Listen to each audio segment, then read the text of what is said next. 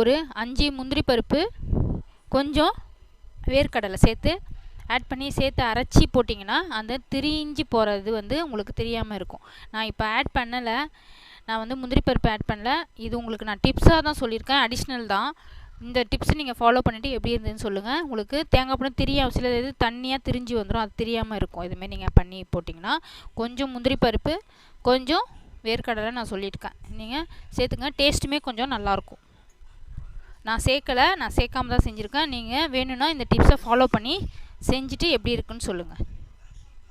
நல்லா மூடி போட்டு கொதிக்க விட்டுடலாம். இப்போது சூப்பராக ரெடி ஆயிடுச்சு ஃப்ரெண்ட்ஸ். வாசனை பார்த்திங்கன்னா சூப்பராக இருக்குது.